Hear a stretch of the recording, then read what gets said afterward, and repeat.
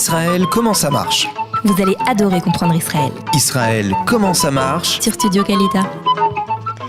Salut à tous, bienvenue à vous, Michal Vaknin. On est content, je suis contente de vous accueillir. De même. Parce que nous allons parler d'un sujet qu'on n'a pas l'habitude de vous entendre, de vous lire, oui, mais de vous entendre sur ce sujet, pas trop. Parce qu'en fait, nous allons parler des gens que l'on recherche. Quand on pourra appeler ça rubrique perdue de vue, comment ça marche en Israël. Parce qu'en fait, vous avez développé des talents pour retrouver des personnes qui ont disparu ou dont on n'a plus de nouvelles depuis des années. Oui, c'est exact. Voilà. Alors, il y a tout un système que vous êtes créé, et puis il y a aussi des organismes qui existent en Israël, dont on parle peu, qui vous aident à retrouver ces personnes lorsqu'on vous fait des demandes. Mais comment tout a commencé pour vous? Pourquoi vous êtes lancé dans cette aventure, vous qui avez aidé de nombreux Olim Hadashim, continuez à le faire? Eh bien, je dois vous dire que finalement, il y a un lien très proche entre ce que je faisais et ce que je continue à faire auprès de mes immigrants, auprès de nos Olim Hadashim, et ma rubrique perdue de vue. Parce que j'ai commencé ma première recherche, ça je ne l'oublierai jamais, quand j'ai reçu un couple d'Olim Hadashim de Roumanie qui se sont adressés à moi parce qu'il voulait à tout prix, le mari voulait retrouver son frère qui en 1948 était monté en Israël. Pendant quelques années... Alors, vous l'aviez reçu dans le cadre du Merkaz Klita à Ashdod, oui, okay. Exactement. Et je n'avais aucune notion à l'époque, bien sûr, il n'y avait pas Internet, il n'y avait pas Google, il n'y avait rien du tout. Mais il m'a donné simplement un indice qui peut-être pourrait me permettre de le retrouver, peut-être. Il m'a dit qu'il était journaliste. Alors, je savais quand même que la maison des journalistes, qui se trouve à Tel Aviv, Bet Sokolov, j'ai dit, bon, on va tenter de téléphoner. Et peut-être qu'ils pourront nous aider. J'ai téléphoné et ils se souvenaient très bien de lui. Bien sûr, c'était en 1981-82, il était déjà à la retraite.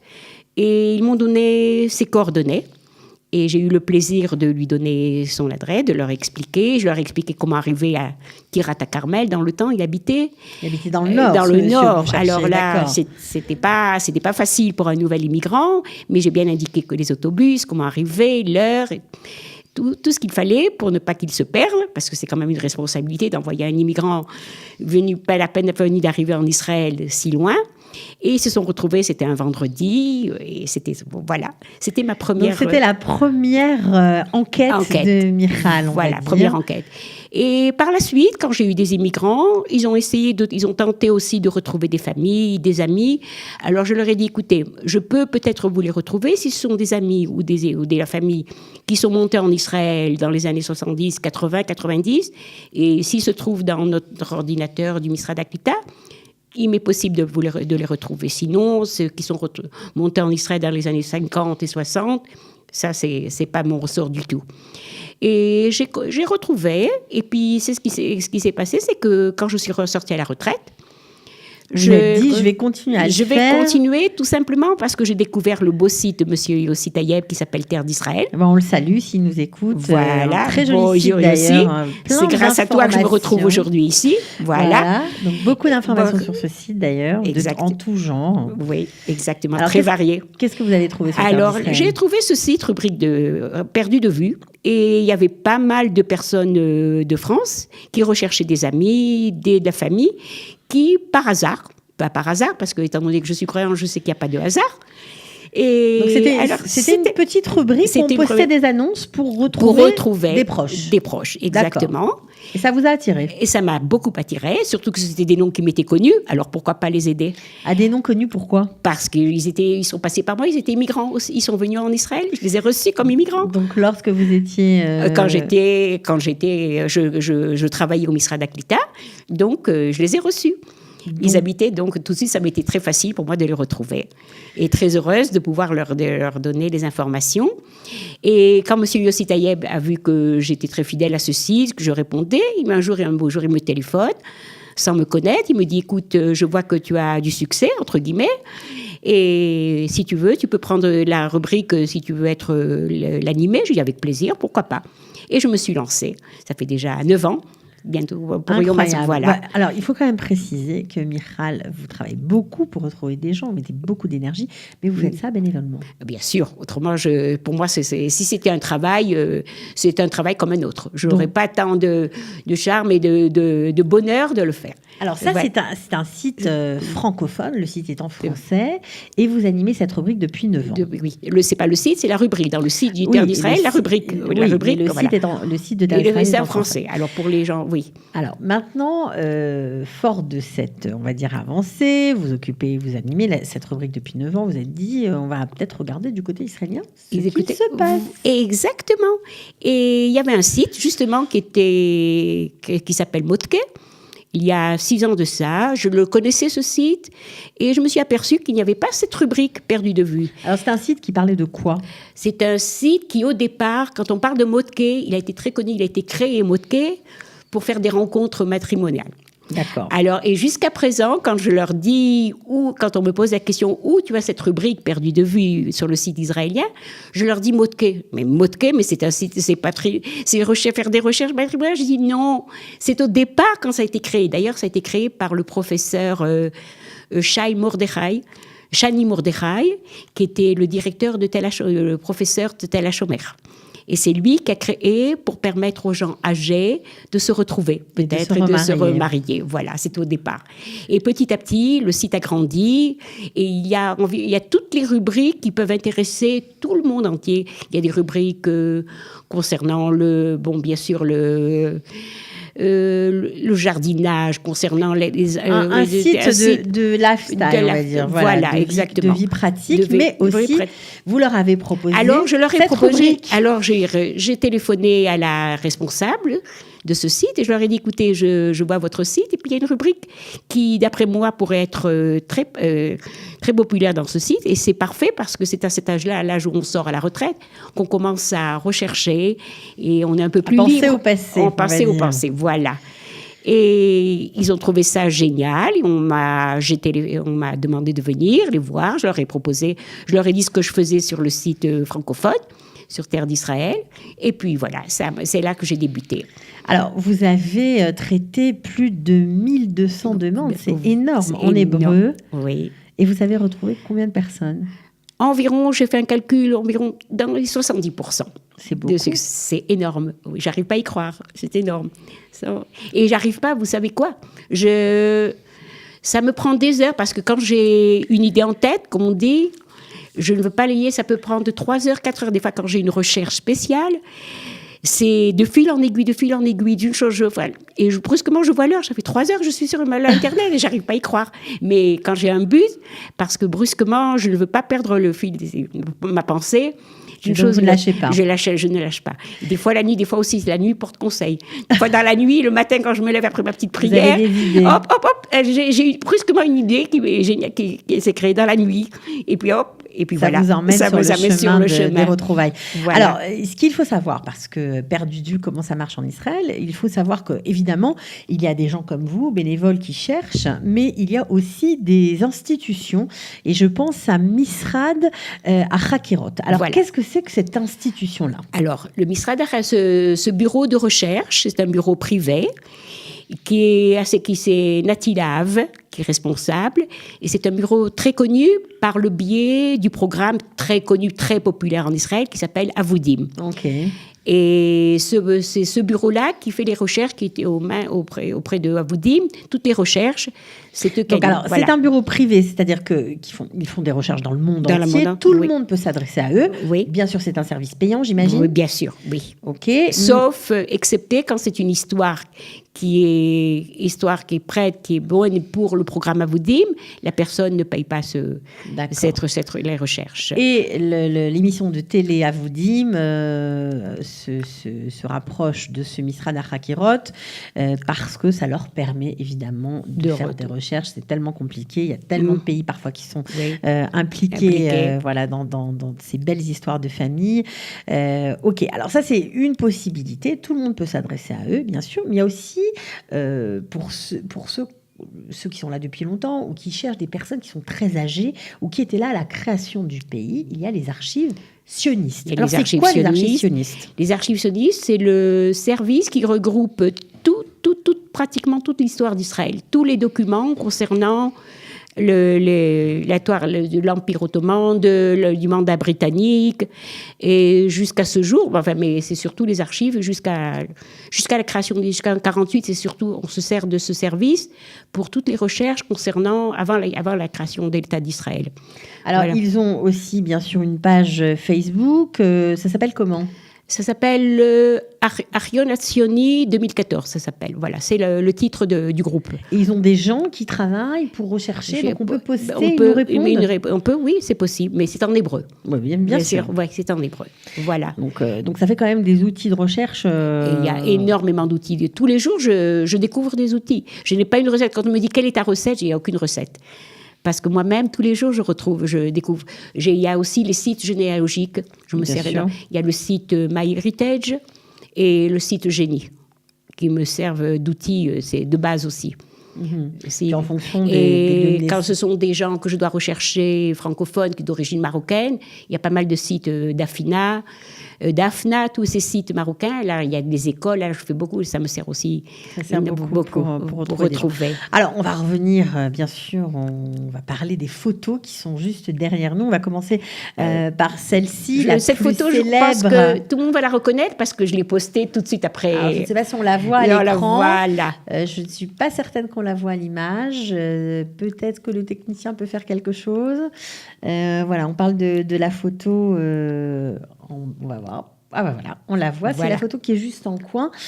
Donc là, c'est une photo du programme Avoudim, où vous avez participé à retrouver Zari. Florence, comme on veut. Oui. Voilà. Zari Florence. D'ailleurs, elle a changé son profil. Zari Florence. Ben Simon Pérez, elle a mentionné tous ces noms. Voilà. C'est un programme hyper émouvant, 3 volets. On en a beaucoup parlé. On a même reçu l'un des protagonistes de cette histoire. Alors, comment vous avez fait pour retrouver Florence et pourquoi Avoudim est arrivé à vous? Tout simplement, la responsable du service en question, le Misrad HaChakirot, le service des recherches, me connaît, sachant que je parle français et que je fais moi-même, je fais cette rubrique perdue de vue. Elle m'a demandé de l'aider pour essayer de faire des recherches et m'a donné tout le dossier, d'abord à traduire du français en hébreu. Et quand j'ai reçu ce dossier, il y avait une lettre des parents adoptifs de Zari Florence, la maman qui écrivait à l'association qui avait transmis Florence en adoption par adoptif. Et elle écrit en voulant donner un compte rendu du développement du bébé, parce que c'est à l'âge de... Elle avait 10 mois quand elle a été adoptée. Et dans la lettre, brusquement, je trouve le prénom Florence. Et jusqu'à présent, nous cherchions Zari Ben Simon et non Florence Ben Simon. Alors là, j'ai tout de suite changé, j'ai dit bon, stop. Je commence à faire de nouvelles recherches, c'est Florence et non pas Zari. Et voilà, j'ai retrouvé grâce à Facebook, grâce à Google, je trouve un lien sur Copain d'avant, je le vois sur Copain d'avant. J'étais presque sûre, mais j'aime bien être sûre 100% avant d'annoncer la bonne nouvelle. Et je l'ai retrouvé après sur Facebook. Vous avez commencé à rentrer en contact avec elle. Voilà. Alors là, elle n'arrivait pas à comprendre comment parce que la seule chose que je savais, c'est qu'elle habitait à Rosny-sous-Bois, d'après la lettre de la maman. Alors, je lui posais la question, est-ce que vous avez habité à Rosny-sous-Bois? Est-ce que vous habitez Rosny-sous-Bois? Elle se demandait d'où cette information revenait, parce qu'elle, à Rosny-sous-Bois, elle avait seulement 3 ans et demi quand elle a quitté. Donc, qui peut la connaître, étant donné qu'elle était bébé? Donc, elle a compris que ça venait de sa famille naturelle. Et puis, à 3 ans et demi, elle a quitté Rosny-sous-Bois, donc elle n'a pas fréquenté ni des GANI, ni des écoles. Donc, personne ne peut la connaître et personne ne peut la rechercher. Sauf famille biologique. Peut-être, alors sa famille... Alors, quand elle a pensé, peut-être, si elle tout de suite, elle m'a répondu, si ce sont mes parents biologiques, il n'en est pas question, je vous demande de cesser de correspondre. Alors, je lui ai dit non, je ne pense pas que ce soit vos parents. Alors, elle m'écrit... Si c'est mon frère et ma sœur, parce que je sais que j'ai un frère et une sœur qui ont été aussi adoptés, là, je suis d'accord de continuer. Et puis voilà, on a continué. Puis voilà, c'est là que le contact... Et vous l'avez retrouvé. C'est quand même une grande satisfaction, non? En plus, il n'y a pas de mots. Les gens me demandent, me disent, mais Qu'est-ce que ça te rapporte? Les gens ne peuvent pas comprendre. Comme on dit, vous savez, en hébreu, c'est pour ça que entre parenthèses, je dois à tous mes olim, elle est tellement belle, la langue hébraïque. Un mot, ça veut dire énormément de choses. Par exemple, le mot Nathan, vous pouvez le lire de droite à gauche et de gauche à droite, parce que celui qui donne, il reçoit. Alors, je dis chaque mot. Il y a des fois des mots en hébreu que c'est très difficile de le traduire en français. Ça n'a plus le même charme, parce que les lettres parlent d'elles-mêmes. Alors, ça, c'est une parenthèse. Apprenez l'hébreu. Ok, alors cet organisme, Misrad HaChakirot, continue de faire appel à vous, notamment lorsqu'il y a des situations complexes à dénouer, notamment entre la France et le Maroc. Vous êtes toujours impliqué, toujours bénévole. Toujours. Formidable, Michal, vraiment.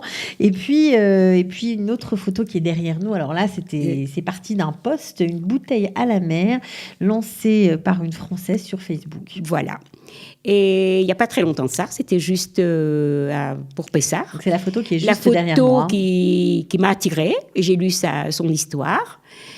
Elle recherche une personne qui s'appelle Élie, tout simplement, sans nom de famille, qui est née peut-être dans les années 26, 27, peut-être 28, orphelin de père et de mère, parce que certainement que ses parents, ils sont d'origine d'Allemagne, ont été déportés.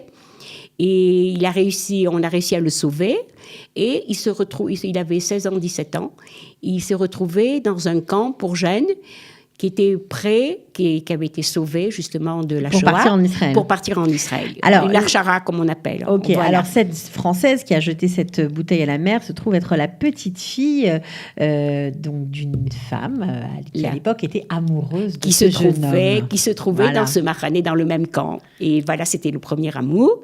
Et elle en avait parlé, certainement, c'est pour ça que la petite fille était au courant. Absolument le retrouver.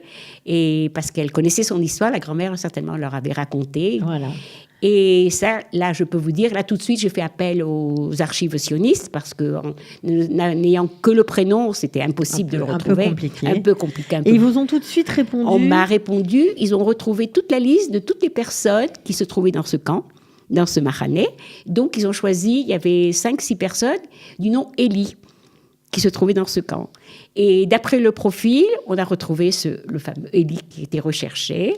Alors, vous l'avez retrouvé, malheureusement, il était décédé. Il était décédé parce que j'ai retrouvé par le site MyHeritage, j'ai réussi à remonter tout son arbre généalogique. Et on a retrouvé sa fille qui habite à Cologne.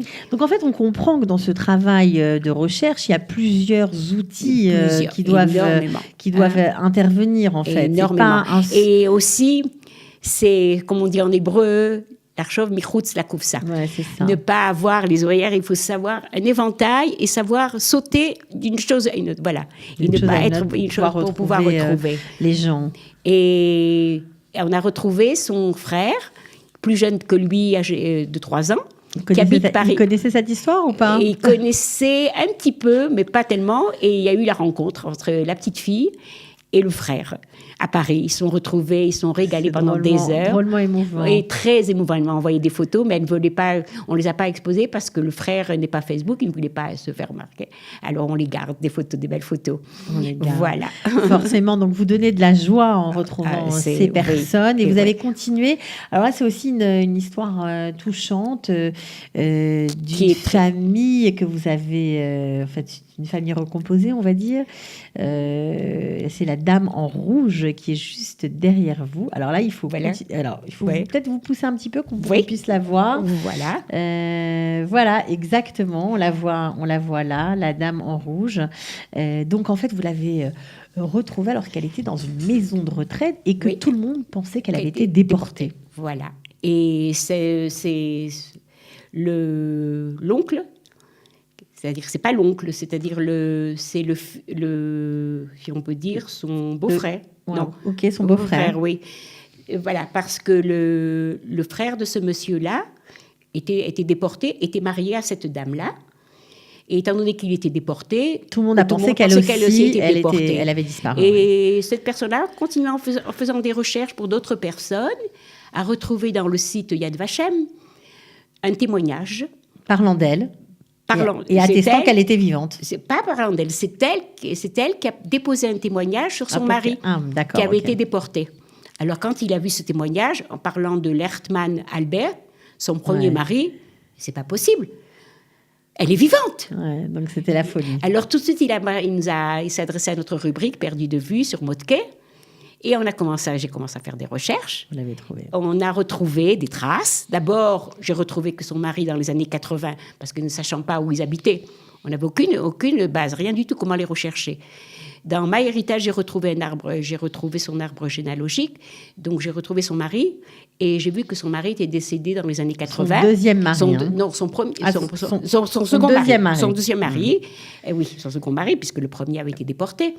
Et donc, ils habitaient Haïfa. Alors, vu l'âge, vu qu'elle est née en 1917, pour moi, elle n'était plus de ce monde, vu l'âge assez avancé. Si. Et alors, j'ai téléphoné à la Chevrat Kadisha Haïfa, puisque son mari était enterré dans un cimetière à Haïfa. Ils ne l'ont pas trouvé. J'ai continué mes recherches. Et grâce à j'avais une adresse où elle avait habité, à Haïfa.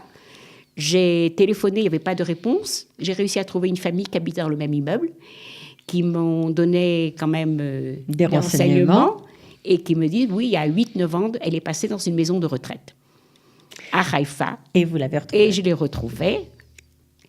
Je n'ai rien dit, j'ai tout de suite téléphoné à cette personne-là qui l'a recherché, il n'en revenait pas. Il l'a recherché depuis longtemps? Et non, depuis 2 mois, tout simplement. Ça a été vite. Ça a été très vite, oui. Et le dimanche de Chol Hamoed Pessah, ils ont voyagé tout de suite et puis ils l'ont retrouvé. Ils ont été la voir. Formidable. Voilà. Formidable. Voilà. Alors, si certains de nos auditeurs cherchent eux aussi, ou des membres de leur famille ou des amis, est-ce que vous pouvez leur donner un petit coup de main, Michal? Avec plaisir. Avec plaisir, bien sûr. Beaucoup me demandent, me contactent par Facebook ou par Messenger, mais j'aurais préféré, si c'est possible, parce que le problème, c'est que quand c'est Messenger, je n'arrive pas à ménager et à apprendre à voir. Alors, qu'est-ce qu'on fait pour vous contacter? Si c'est en français, s'ils peuvent rentrer dans le site Terre d'Israël, parce que alors là, je peux Terre continuer. d'Israël, rubrique Perdu de vue. Voilà. Ça, ce serait parfait. On peut contacter Michal pour ces questions-là, si vous avez quelqu'un, peut-être de votre famille, ou un ancien amour, on ne sait pas. Et des amis, il y a énormément ces derniers temps, c'est en vogue, c'est ce que j'ai remarqué, dans le site Motke, énormément de retrouvailles des élèves qui veulent se retrouver Marzorim, Mifgash Marzor. Okay, alors des retraites dans les écoles, importe la raison, lycées, en tout cas... l'armée, chacun, voilà. En tout cas, c'est l'occasion de vous faire aider, d'avoir un petit coup de main de Michal. Vous la contactez à travers la rubrique Perdu du sur le site Terre d'Israël. Merci beaucoup, Michal. Avec plaisir de m'avoir invité, au moins. Voilà, les gens, je suis là, si vous pouvez. Je ne dirai pas 100%. Vous êtes toujours là, mais Michal. je serai toujours là. Merci beaucoup. Voilà, elle aide énormément l'Alia de France. On espère que vous allez continuer à le faire longtemps. Merci beaucoup, Michal. Merci beaucoup. À bientôt. À bientôt. Israël, comment ça marche? Vous allez adorer comprendre Israël. Israël, comment ça marche? C'est tout de suite sur Studio Kalita.